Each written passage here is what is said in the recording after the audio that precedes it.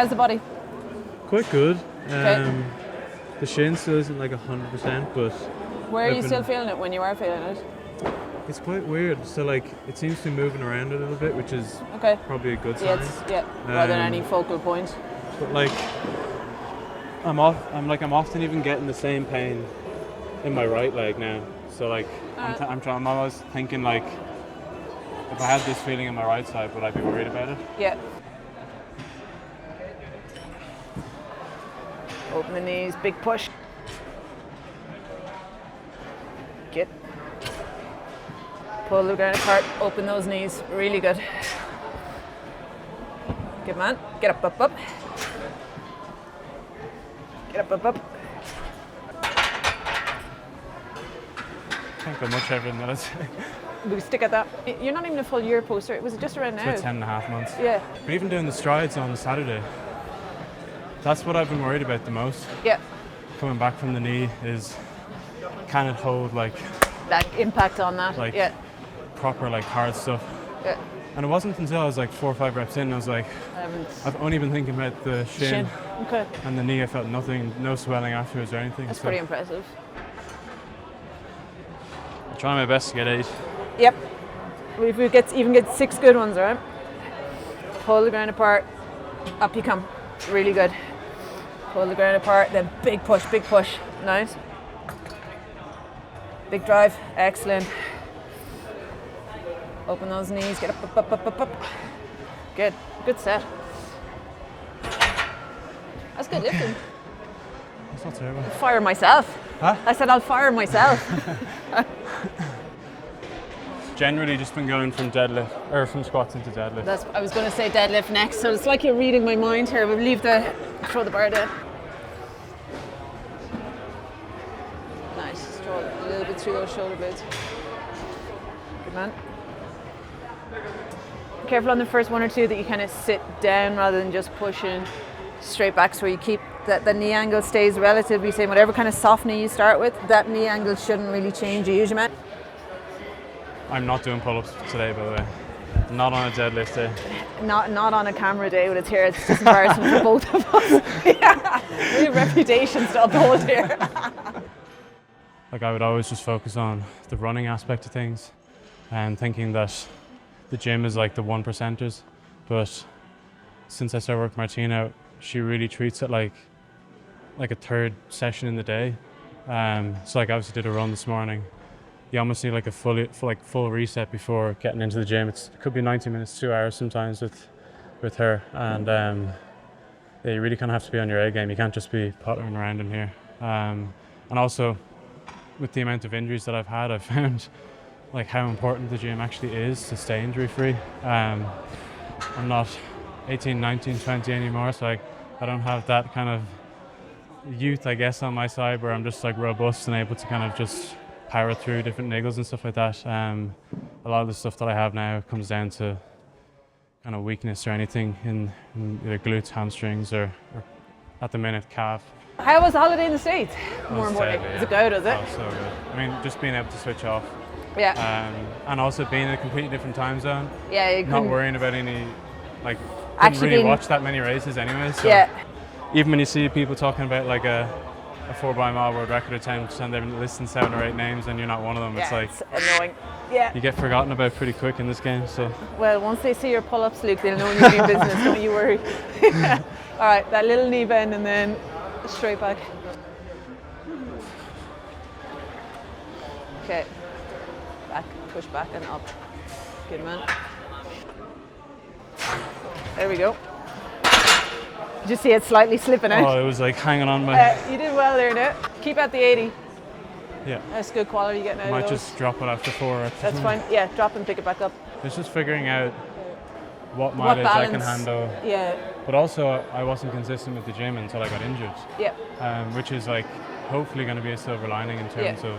No, I think it will. I think finding the like you said, like finding the balance of how much mileage is enough versus kind of keeping in whatever cross training, backing that up with the gym and slowly re-changing that balance back to potentially being able to run more. This is the first time as well that I've been touching the plates off the ground. Flexibility, look, you're a new man. No, Pilates God over here. That feels really weird. It will. Just keep it tight. Just aim for 4 and then we'll reset. Pop through. Good. Pop through, that's nice. Or 80 your nicest lifts. Huh? They were really good lifts. Yeah. Right, let's calf raise and then I'll put in some accessory stuff at the end.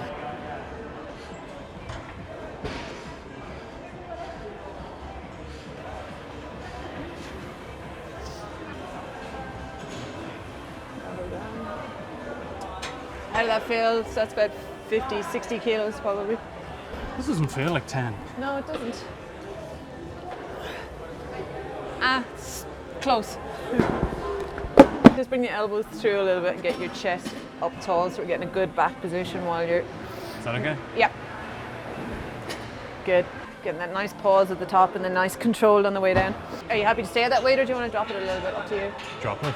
Or stay? Up I'll to you. stay. Yep. I think so, okay. It's not meant to be easy. No, true. Okay. I could feel nothing walking around doing anything until I start walking downstairs. And So apparently it's that's that a sign of shin splints as well. Okay. But it's, while we're still increasing the load, it's still improving. So Yeah, that's a good sign. Yeah. I guess we just have to be a little bit careful. Yeah. As like patient as I've been, Yeah. like it's 10.5 months without running. Yeah. This is almost where I'm like, whether I'm like chatting to Maeve or anybody, I'm just like, I just want, like I've no pain now. I just want to try a threshold. When it's like, you can wait another I was week going or to two say, now when you've spent that build it long for properly. the sake of another 2 or 3 weeks, the last thing you want is just something else to kick off. Push right up through. Hold the range. Coming up, up, up, up, up. Good. One more set in a moment. Is that 2? That was 2. That's 3 if you include the first one. Squeeze, squeeze. Come on. Just 10 reps? Yep. Up, up, up, up, up. Hold the range. Good. So basically I've got a disease is a strong term. I think it's classed as a disease, but it's not like a contagious or a dangerous thing to have. But it's called osteochondritis dissecans. So it's basically just weak cartilage. So I had a very similar injury in my right leg in 2020, where a small piece of cartilage just came off, just literally walking down a set of stairs. At that time, they were able to just go in, keyhole surgery, and just take it out. So it was just a little bit of a quicker rehab journey in that sense. But unfortunately, the same thing happened on the left leg.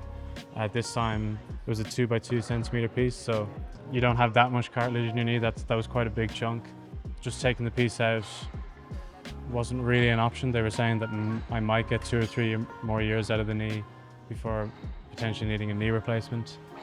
And that's not ideal when you're 26 years of age, just coming off the Olympics or whatever. You think the whole rest of your career is kind of ahead of you.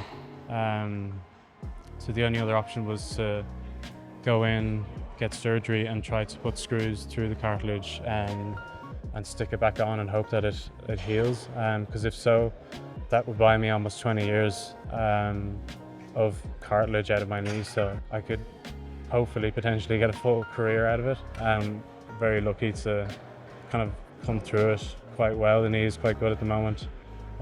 Just dealing with some other knock-on effects from it, but in the grand scheme of things, like a stress reaction in the shin is nothing to compare to retirement.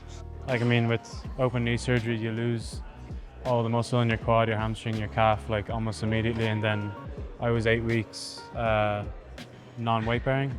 So you can imagine if you're not using your left leg at all for 2 months, you just lose everything in it. So the first kind of steps of the gym was to just try bulk up the left side to almost equal the right side again. The thing was that we were also bulking up the right side at the same time. So it was almost like, if you could imagine, like the right is here, the left is here.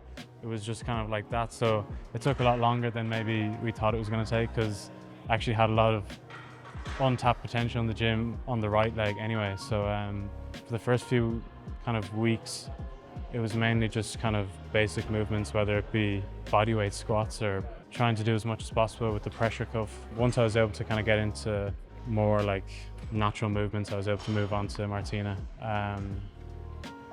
And it was just, we started probably two days a week, that moved quickly into 3 days a week, because it was just like, that was the only training I could do. I was doing gym before I could do any cross training. So yeah, I mean, I was just living in the Sport Ireland campus in the Institute from 9 a.m. till 4, half 4, 3 days a week.